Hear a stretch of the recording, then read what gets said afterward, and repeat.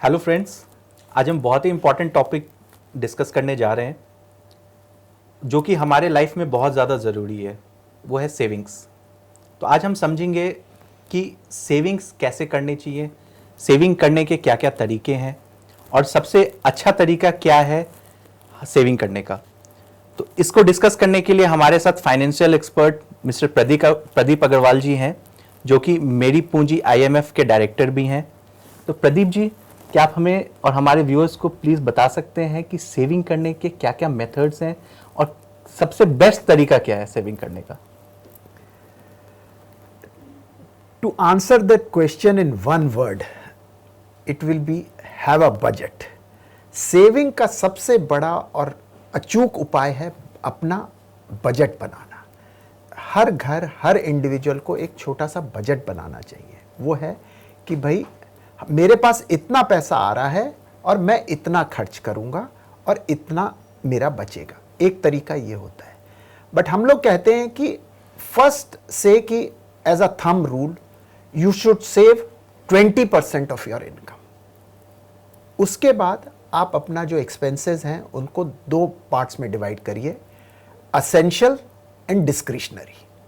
Essential वो होता है जिसके बिना घर का काम नहीं चल सकता, जैसे कि आपका फूड है, रेंट है, इलेक्ट्रिसिटी बिल है, टेलीफोन बिल है। ये सब चीज़ें हैं जो कि एसेंशियल है। मेडिकल एक्सपेंसेस है which you can't do away with it, that is bare minimum you require that money. उसके बाद जो आपका बचा आता है डिस्क्रिशनरी। डिस्क्रिशनरी में आता है ट्रैवल है, ईटिंग आउट है, बाइंग योर क्लोथ्स है, विच if you don't do it in a certain month or if you don't do it at all will not affect you. It may affect your lifestyle but it will not affect your normal living.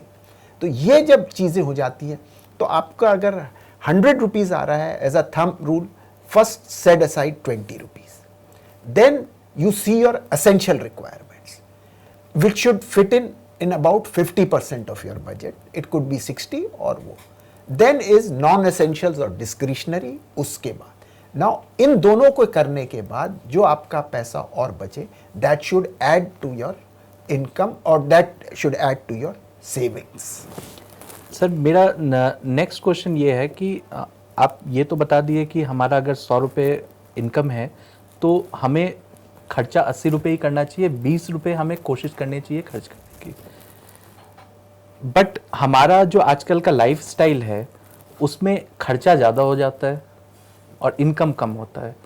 तो हम plan कैसे करें saving का starting में? वो please एक बार बता दें। फिर से मैं आपको थोड़ा सा वो हो गया स्टार्ट करने का। इसीलिए आपको जो मैंने कहा कि essential expenditures and non essential expenditure. Essential expenditures nearly सबके एक जैसे ही होते हैं। अब मैं 2 रोटी, I can have 2 chapatis, a little dal sabzi. Other person can have 3 chapatis, dal sabzi. This is your essential से। Now you want to have it from a Taj, a meal at Taj, और यू वांट टू ओबरॉयज का दाल दम फुक्स में आप खाना खाना चाहें, your expenses will. So what is your essential requirement? You will use a toothpaste, you will shave, you have your toiletry requirements, you have electricity requirements, or these are the things which are essential. So that would remain nearly same everything. Now this is where essential should fit in about 50% of your income for a normal household. As a youngster, when your salaries are low, it could go up to about 70%. But then you cut down on your discretionary spends. Discretionary spends आप करेंगे। सो अगर आप इन दोनों को balance करेंगे तो you will surely be able to manage your monthly expense budget of your house और as an individual wherever you are staying about 70 to 80% में आपका आराम से हो जाएगा। It is only when the discretionary spends और spends which are lifestyle spends when they go up more, then your expenses exceed your income or nearly become equal to your income।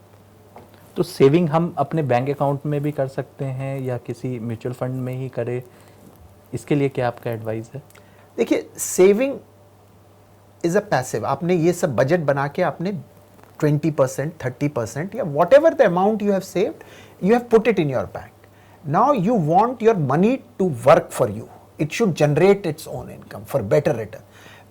Bank आपको कितना देता है, it is safe but it just meets the inflation और just below the inflation. Now your money should grow more than inflation.